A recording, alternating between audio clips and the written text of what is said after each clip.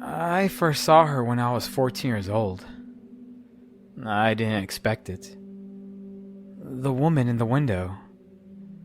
It was a day like any other. I was walking home from school. Another day of teachers talking endlessly of how the world was coming to an end. And I drifted through my small neighborhood humming the latest Eminem beat. I was halfway home when a quaint brick house caught my eye. There wasn't anything special about it. Just your average two-story suburban home. But, for whatever reason, the mere sight gravitated my gaze to it. I stood in front of the house staring with bewilderment. The streets feeling more empty than before. And that's when my stare crawled up to the second-story bedroom window. There she stood, staring out into the street, unmoving. At first, I wasn't too sure if she was looking down at me. So, I gave her a polite wave as a slight smile forced itself on my face. She remained the same, not acknowledging my presence, and I began to feel uneasy by her odd behavior. I couldn't look away. For whatever reason, she had captivated my full attention, and it didn't take long for me to realize how beautiful she was. She was the embodiment of the perfect woman. Long blonde hair with ocean blue eyes. Her full lips pulsated my heart to a beat faster than I thought was possible. I noticed a few things looking at this woman. She was smiling, but it seemed forced, as if someone was telling her to smile. And I wasn't too sure, but I think I could almost see a tear form on the edges of her eyes. The sensation of being captivated and terrified crashed into one emotion, one that urged me to run home. I didn't tell my parents about my little encounter. I figured there was nothing to tell. Besides, they would have thought me as some creep leering at some stranger. That night, I couldn't sleep. I must have tossed and turned for hours.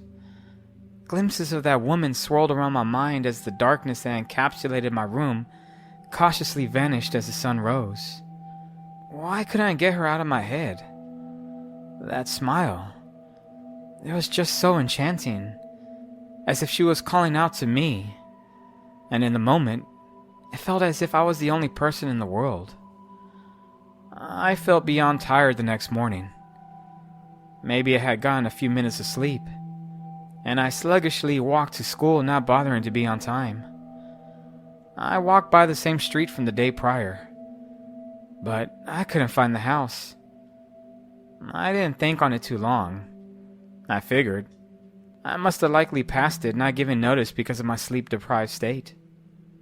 My eyes were all too heavy for the rest of the day, and I must have been told by several teachers to wake up, my friends giggling each time it happened. Being a 14-year-old boy, I couldn't wait to explain to them what I had seen. I knew their curiosities would be piqued as much as mine.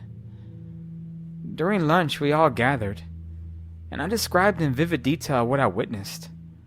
They all gawked at me with gaping mouths, enthralled in the idea of some beautiful woman staring down at me. Of course, they wanted to find the house after school.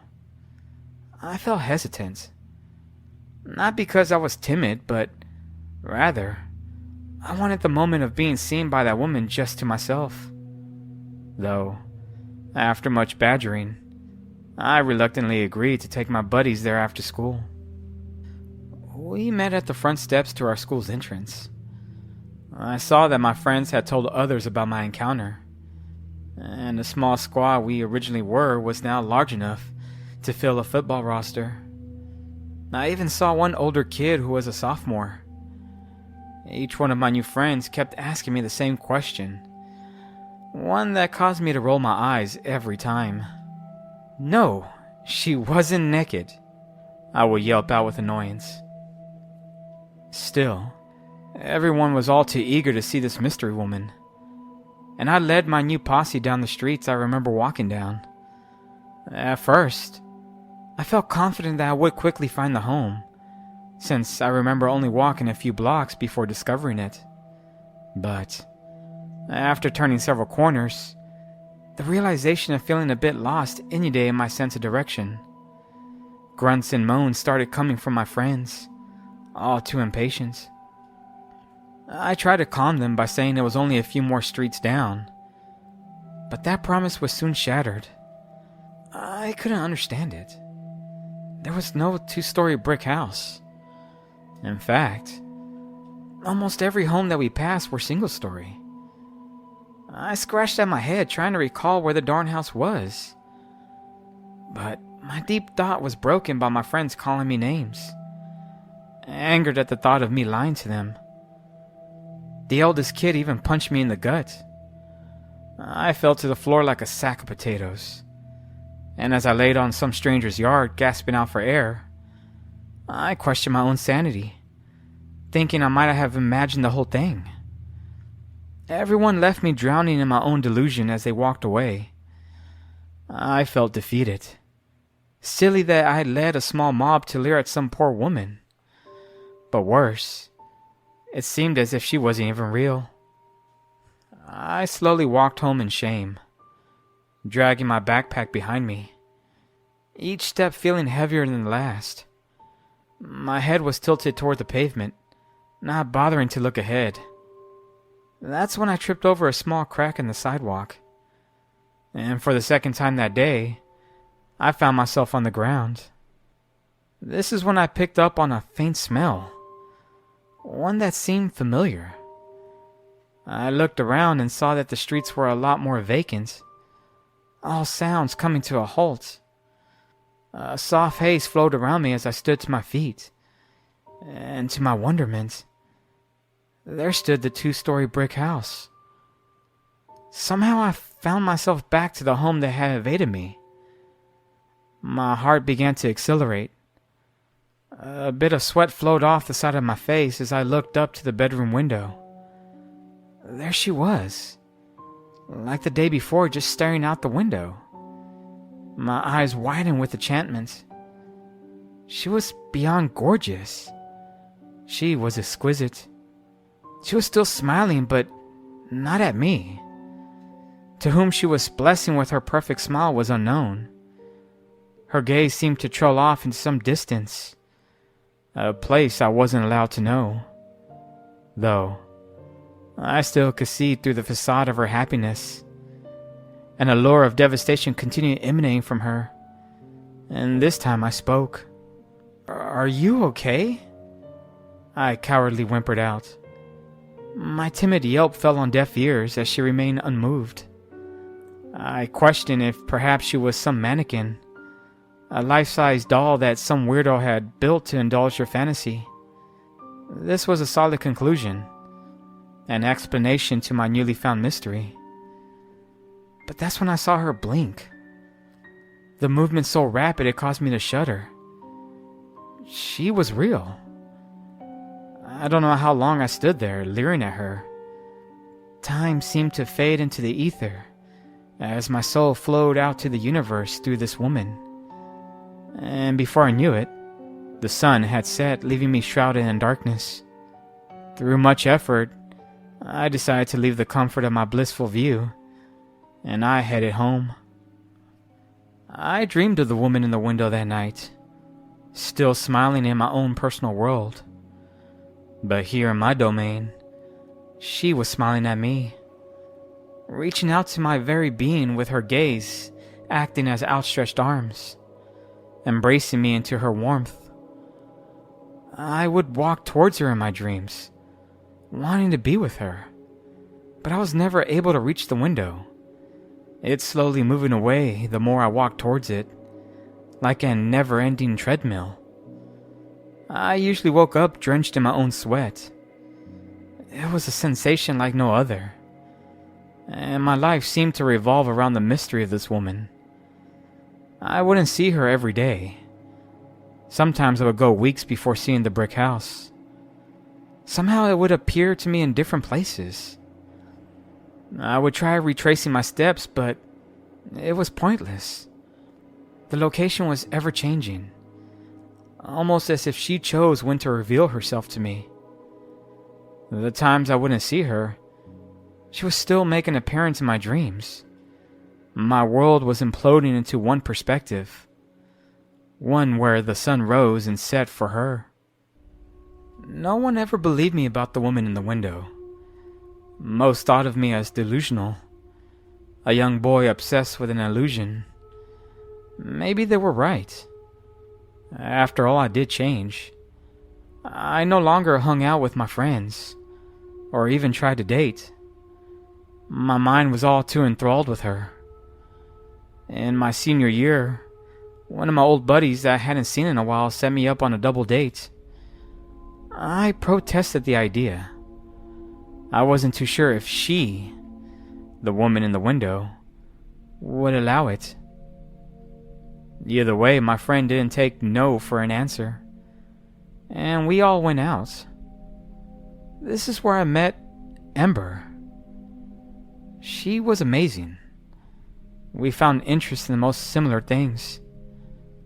And for the first time in months, I felt a personal connection with someone else other than her, the woman in the window.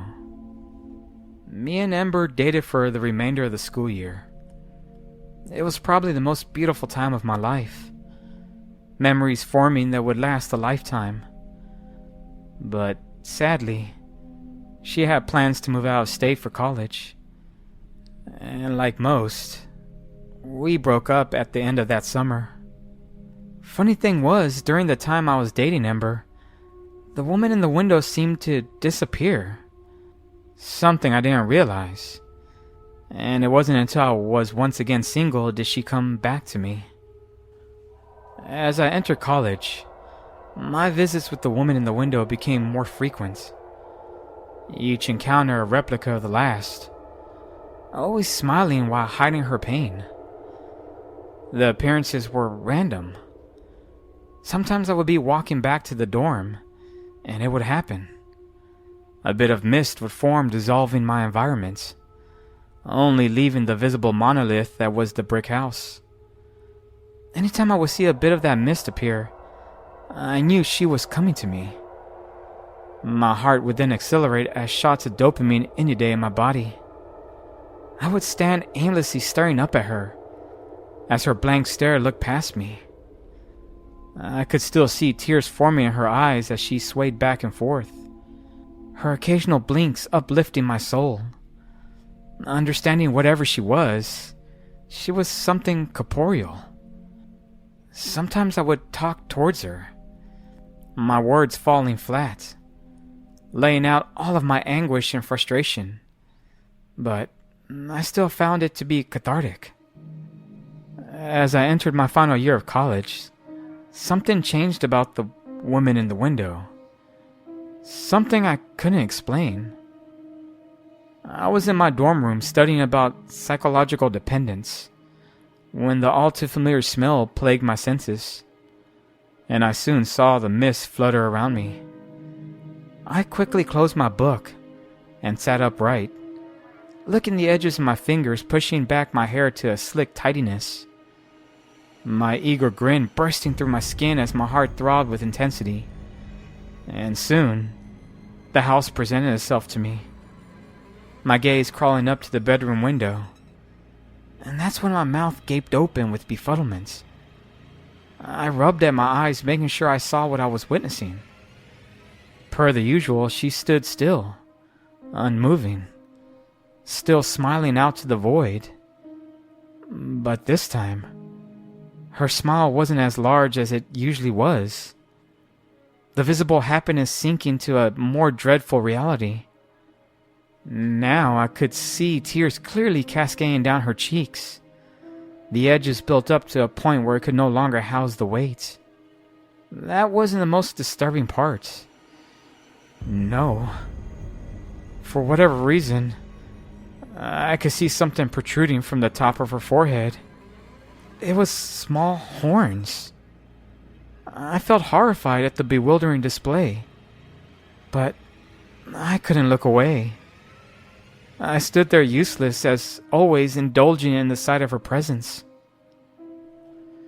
These horrors only continued, me feeling dread whenever the mist would form, my heart sinking into the depths of my stomach, knowing it was time to see more monstrosities changing the woman I felt such a connection with. The horns only grew to ridiculous proportions as her body began morphing into anything other than a beautiful woman. I could no longer even tell if she was smiling. An expressionless grin embodied her face as her once blonde hair altered to a crimson red glow. The woman in the window was slowly turning into a monster, and all I could do was stare on with disbelief, still enamored with her presence. As I entered the real world, with college in the rearview mirror, I tried my best to escape the clutches of her grasp, running away anytime I would see the mist form. I don't know why, but I noticed the more I stayed busy is when she would stay away. I no longer desired to see her, each time feeling more disgusted after her visit. She slowly turned into something I couldn't recognize, a creature of devilish magnitudes. Around this time, I stayed to myself, not trying to make friends, and definitely not trying to date. I just wanted to be left alone. I think she knew that. Perhaps my loneliness is what she fed off of. I want to know if others could see her, if this curse was mine alone to conquer. So I scoured the internet asking people if they'd seen the woman in the window. But most were hesitant to answer. Sometimes I would get a message to my post of how she has visited them, but then nothing. The conversation would die. I was hoping for some sort of empathy, or better, community. But I think most were too timid to admit they could see her. On my 30th birthday, she came to me while I was stuck in traffic, the mist blurring my vision, almost causing me to crash. I pulled over to the side just wanting to get this visit over with. By this point, she no longer resembled any form of her once self. The beauty that had captivated me when I was younger, now gone, and all that remained was some creature. Her eyes vacant of any life, and that smile that made my heart beat with such vigor was now 2 times larger than it should have been. Either way, I had no other choice. I had to look at her, or she wouldn't let me leave. My world was collapsing, and every day was more bleak than the day prior. I counted the days down as I got older, ready for this journey of mine to end. My life was on a hamster wheel. Everything the same, turning full circle each day. I think she knew how depressed I was, and indulged in my misery. By the time I had reached my 40th, I had given up on any form of intimacy with others. My soul had been captured by the woman in the window, and I came to accept the eternal loneliness. It's funny how we find ourselves on one path, only for fate to direct you on another. And by some miracle, a familiar face found me. Amber. I hadn't seen her since our last days of high school, and she practically looked the same. Still beautiful as the day I first met her. It was by chance that we had run into each other at the supermarket. I was gathering my usual, several boxes of mac and cheese when the mist began to form, and before it took complete hold of me, Amber's angelic voice called out to me, snapping me back to our reality. Apparently, she had just moved back. Told me how I hadn't aged a bit. I think most people would have picked up on the subtle flirting, but I remained unmoved by the gesture, and spoke to her in a monotone manner. My cold demeanor didn't dissuade her, though. She was genuinely happy to see me. Told me she moved back because of her recent divorce. Something about feeling the happiest here. I couldn't explain why such a benevolent person would waste time on someone like me. But we exchanged numbers and began a friendship. It didn't take long for us to start dating, my heart awakening to her presence as if it had been dormant for the last 2 decades.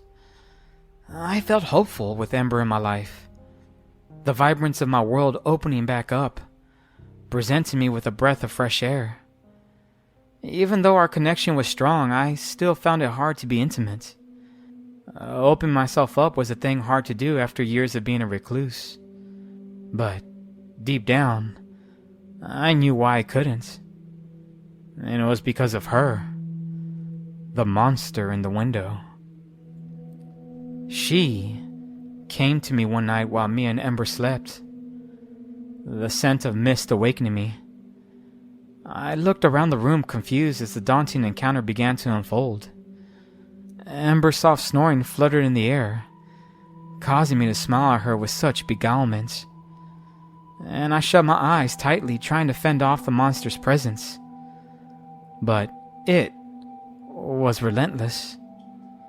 And soon I found myself standing in front of that abysmal brick house. I didn't want to look at it. I tried my best to look away, but it forced my gaze towards it, pulling my attention with all of its allure. It was more horrifying than ever. She had grown several arms that resembled massive tentacles, and they spiraled around grotesquely. "No!" I screamed out, my voice echoing through the haze of mist. I needed to defeat this beast once and for all, before it ruined my happiness with Ember. And I clenched my fist furiously. Before I could even attempt to run towards the devil, it did something I had never seen it do before. And that was, it looked down directly at me. I stood frozen with horror, not sure what this meant. She had finally acknowledged me after all these years. My hands relaxing back to an open palm as I continued staring on with amazement. She then began to move uncontrollably, spasming her limbs like some ragged marionette, sending a chill down my spine as my gaze remained fixated on her. To my horror, the monster began to crawl out the window, its legs slithering down the wall like some nightmarish spider. The monster crawling closer to me as it gurgled out a horrid wheezing sound. I didn't know what to do. I closed my eyes, bracing myself for the terrifying impact. And that's when I heard Ember's voice. "What the hell?" My sweet Ember called out. I turned to her standing behind me, horrified at what she was seeing. And I weakly asked if she could see her, the woman in the window. She quietly nodded her head up and down as she continued staring disgusted. I began sobbing, falling to my knees, feeling defeated as I clutched onto Ember's legs, pleading for her to run away. I tried telling her that I was cursed, that the woman in the window was my torment for life, that she didn't need to be tortured as I was. To my astonishment, Ember pulled me up to her eye level, grasping my face with her soft hands, telling me that we were in this together. I could hear the monster behind me getting closer, the sounds of those tentacles slithering closer towards us. Ember then told me something I hadn't heard before in my entire miserable life. She told me that she loved me. I looked at her with tears slipping down my face, her emerald green eyes looking deep into my soul, and I smiled, telling her the same, pulling her into my embrace.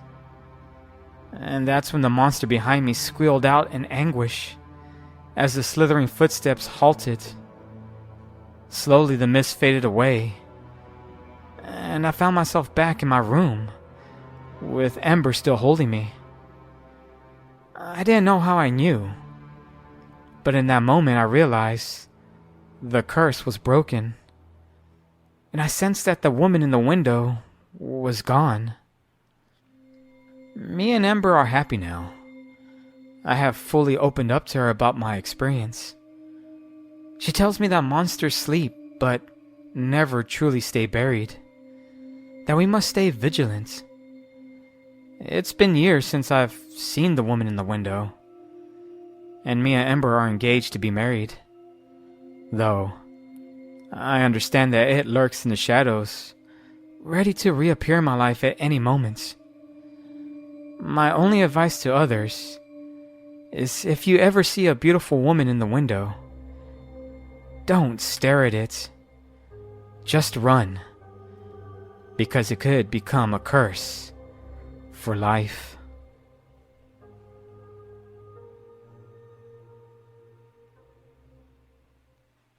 Hi guys. As usual, thank you for listening to my story. Please let me know what you think by leaving a comment, like the video, and subscribe if you enjoyed my story. I just want to reiterate to any new listeners, I write my own stories. These are all stories that I have written, and you might hear this story on another channel only because I allowed them to read it. So just know I put a lot of effort into writing and then narrating and producing the videos. So please, any critical feedback of how I could get any better at writing or making the content, let me know. And this story was inspired by this one horror movie. I can't remember the name of it, but it's sort of... Well, let me know. Let me know if you picked up on what the story's about in the comments. But that's it for now, guys. I hope you're having a great weekend and you have a great week. And I'll see you in the next one. Alrighty. Bye, guys.